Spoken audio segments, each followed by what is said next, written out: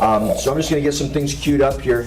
So today we're talking about elections because it is election day, and It is. I thought if we're going to do a daily dose, we should jump in the Word together on this because this is an important day. This morning, my first email of the day. I don't know what you guys do when you wake up, but I checked my email. First email of the day was from a good friend. He says, "Clinton, Bob, hope you're praying today. Amen. Praying for that election. Praying for our president."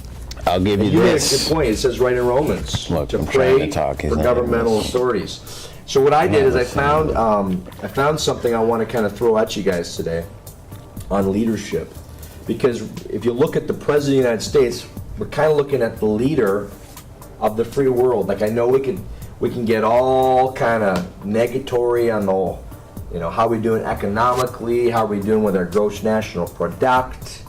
How are we doing? But really, the United States really does set the tone for a global economy, trends. Like ever since, Ben, you started wearing your underwear popping out the back of your pants, people are like, I want to do it. I want to be like that. Do it. And then you with your flatulence in public, like girls are literally farting up a storm walking through the mall. Never would have happened before. Never would have happened. People are getting pregnant because of you.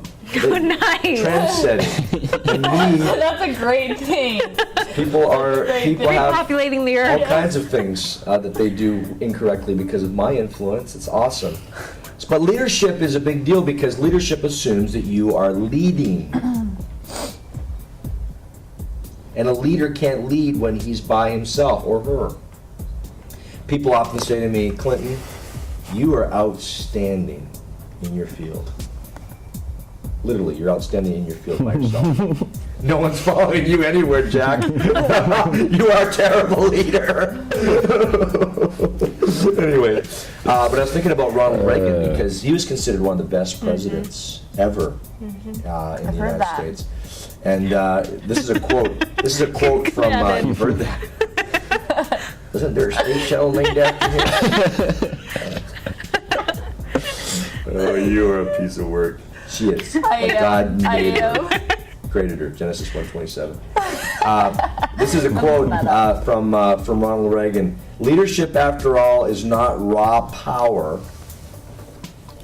It is not even authority.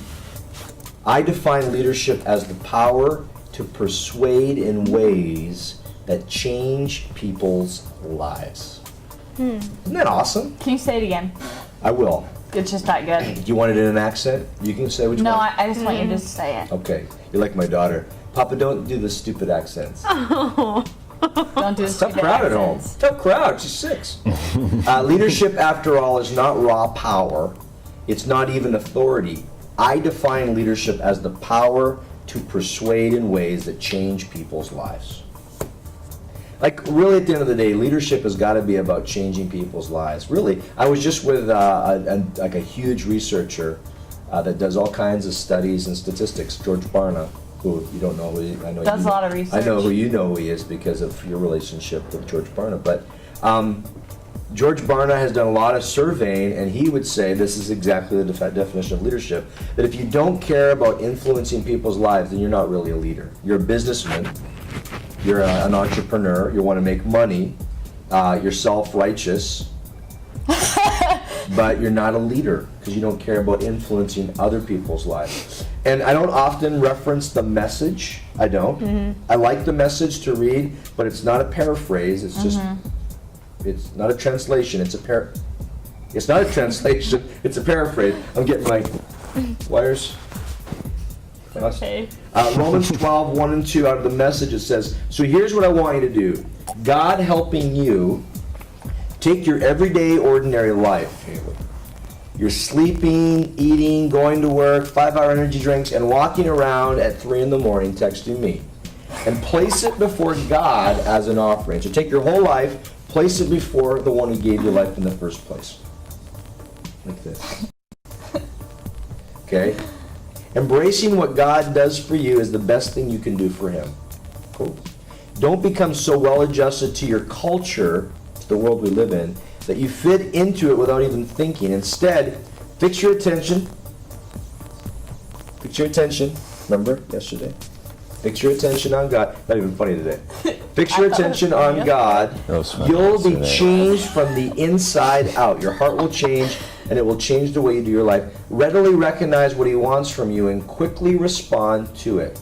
Unlike the culture around you, always dragging you down to its level of maturity, God brings the best out of you and develops well-formed maturity in you. Romans 12, 1 and 2 out of the massage.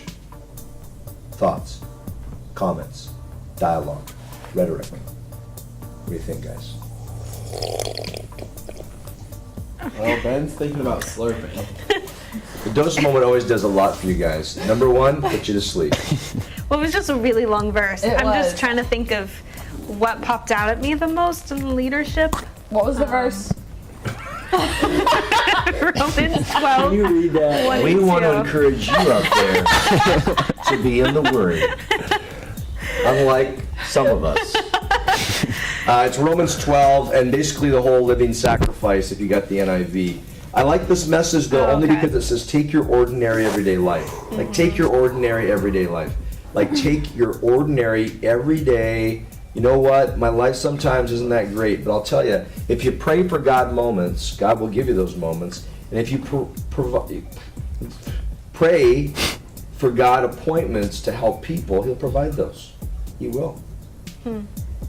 And then you can show what it means to be a great leader, that you can help persuade others to change their lives. Now, you don't want to be going around saying, change your life, because I think that one thing we want to do here at Remedy that's maybe different than a lot of other organizations that believe in Jesus and want to follow the mission is that we don't want to judge people and persuade them by saying, you're wrong! But instead we want to influence people by saying, you know what, you've got something to offer. And the way you're living right now is not the best way to live life. It's not. Not because we want to judge you, but because we don't want your life to end in that misery, in that pain, in that brokenness. So we want you, as we think about leadership, we want to persuade you to live the best life possible, which is a life in relationship with the one who made you. And His name's Jesus, and we believe in Him. And we want to vote Jesus for president today. Can I get an amen? Amen. I got one, I got two. Holding out. Amen. Amen. I got three, Alex. Oh my goodness, got a hallelujah. Preach it. Okay, so now I have reviewed Okay, the and NIV. now we've got 2 minutes. I want some comments. Yeah. What I like is do not conform to the pattern of this world, but be transformed by the renewing of your mind. Mm-hmm. And then this in the context of leadership is that so often we need leaders that come in that do not conform to the normal world pattern. That's what we often see is people like to go upstream and make it easy for them, and really the best leaders are usually the ones that are quite opposite. And I'm thinking of not just political leaders. I'm thinking of like Mother Teresa or Gandhi or Martin Luther King Jr. I mean, all of those people went in a different path than what was normal in their They surroundings. broke the contemporary. system. They said Exactly. it is not, to go with the flow ain't working. Yeah. Yeah. So- It's hard to swim upstream because you just feel like you're going to get bombarded with criticism. And you probably will, though. You that's, will. That's the thing, is you will get bombarded with criticism. But you cannot chisel a diamond without being criticized. Otherwise, it's just a lump of coal. And it's harder to swim upstream because the current's fighting you. But then what? You sometimes Then Jesus comes along Salmon and tastes great. Then Jesus. We try to create metaphors, powerful metaphors. We change our voice and put emphasis on the wrong syllable, but we try. We do try. Thanks for joining us for the Dose Moment. If you have just logged in, we're going to do another content right after this break. I want to give away stuff. I see Brittany in the chat. Brittany has been a faithful Remedy community member. I remember seeing her at a Children 18-3 concert quite a while back. You guys have no clue. Nope. But it was a great show, and it was great meeting her. And I want to talk to you in the next break, Brittany, because I've got something for you. So stick around. You're watching The Gong Show, Remedy Live. You're hanging out on RemedyLive.com. This is where we chat, we listen, and we love.